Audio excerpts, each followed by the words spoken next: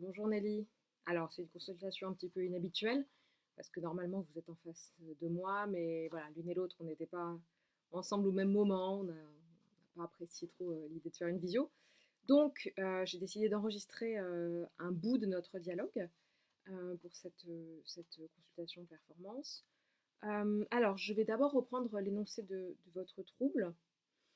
Vous évoquiez la question de la crise climatique et de la réflexion que ça peut conduire voilà, et surtout d'une question relative à l'empathie, l'empathie à la fois privée mais surtout générale, et le fait qu'on a l'impression que le monde continue comme s'il ne se passait rien, et que ça peut avoir un côté évidemment angoissant au collectif comme au privé, avec cette question de comment est-ce qu'on peut faire pour raviver l'empathie générale et privée. Alors, donc dans le cadre de cette consultation qui est bibliothérapeutique, hein, évidemment pas médicale, moi je vais me baser sur quelque chose que je pense être puissant, qui est la question de l'émotion de la lecture et de ce que ça peut déclencher comme prise de conscience.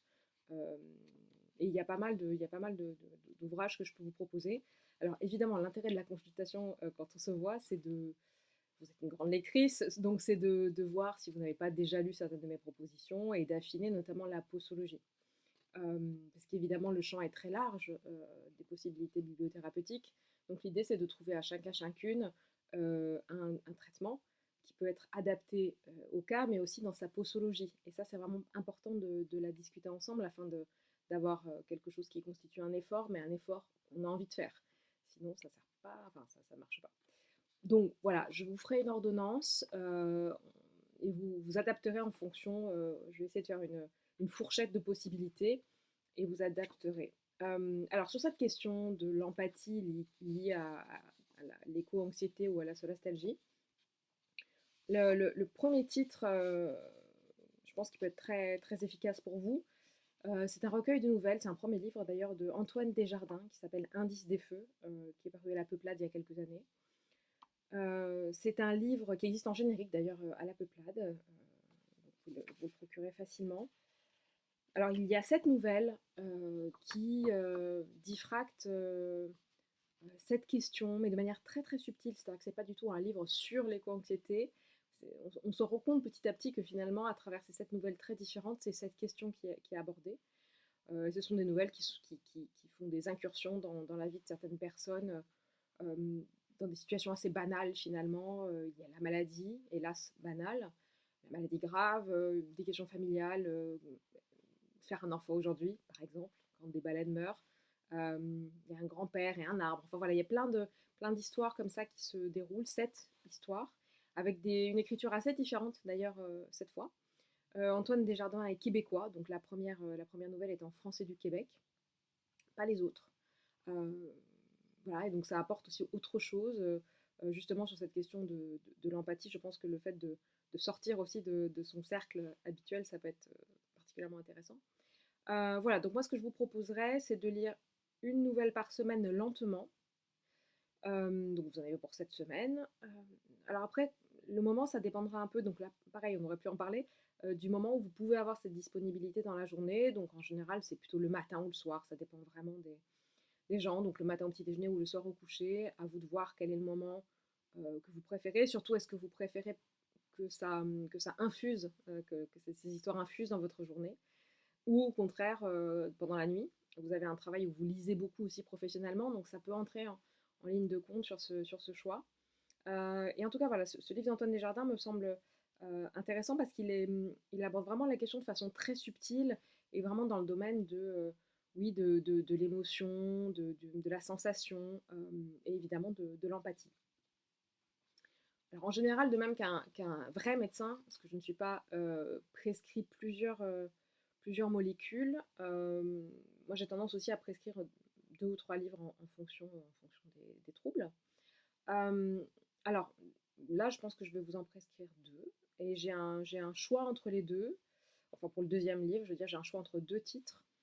Ça dépend aussi un petit peu de ce que vous avez éventuellement lu et pas lu. Et je pense que l'investissement temporel est un tout petit peu différent. Alors le deuxième auquel je pensais, c'est un roman de 380 pages qui s'appelle Peine des faunes d'Annie Lulu. C'est le deuxième livre, si je me souviens bien, de l'autrice. Il est aussi disponible en générique chez Pocket et en grand format chez Julia. Alors là, c'est pareil, c'est cette question de l'empathie. C'est aussi un livre francophone, donc c'est Manière de rendre la langue hospitalière. Et c'est un livre qui est aussi une grande saga familiale sur les violences faites aux femmes.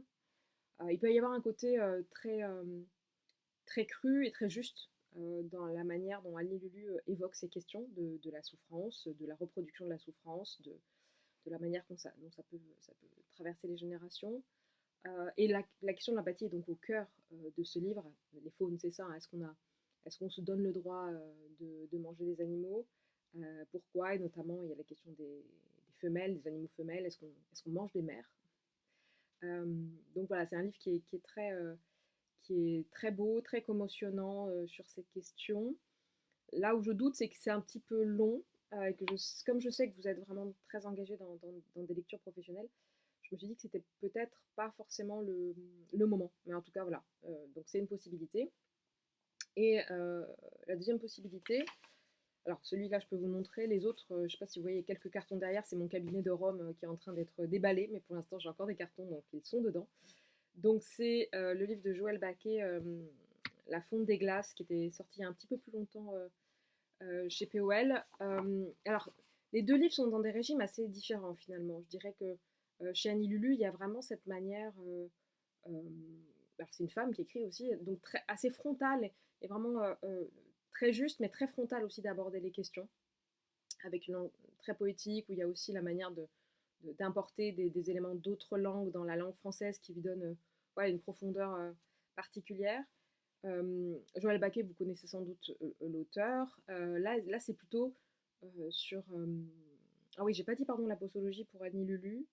Oui, donc je disais comme c'est un livre plutôt long, ça serait bien de le lire en continu, disons sur peut-être 4 semaines. Voilà. Pour Joël Baquet, c'est un livre un tout petit peu plus court de 283 pages. Alors là, on est donc sur une modalité très différente dans la fonte des glaces. Euh, c'est plutôt d'un point de vue tendre et ironique que l'auteur prend cette question. Pareil, hein, c'est pas du tout de manière frontale à chaque fois. C'est toujours de la littérature, toujours des romans.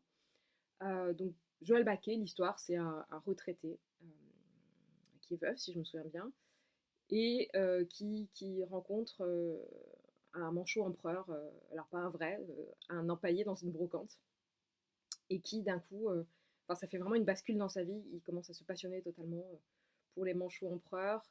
Donc on se doute bien que voilà, les manchots empereurs, ils sont dans un lieu très très éloigné, dans un lieu froid. Et donc il y a cette question de ce monde qui change, de la température qui augmente, qui arrive petit à petit. Mais c'est une façon de dire les choses, comme je le disais, très dans une sorte de douce ironie et un humour qui est très cruel, mais c'est quand même, voilà, moi je sais que j'ai trouvé ce livre très très drôle. Et je pense que vous le lirez peut-être plus rapidement. Finalement, la différence de pages, c'est d'une centaine de pages. Euh, donc moi, j'aurais tendance à conseiller ce livre-là à lire en une dizaine de jours pour ne pas lâcher le fil du récit. Et si vous voulez, ça peut être d'ailleurs plus rapide. Il n'y a pas de risque de surdosage pour Joël Baquet.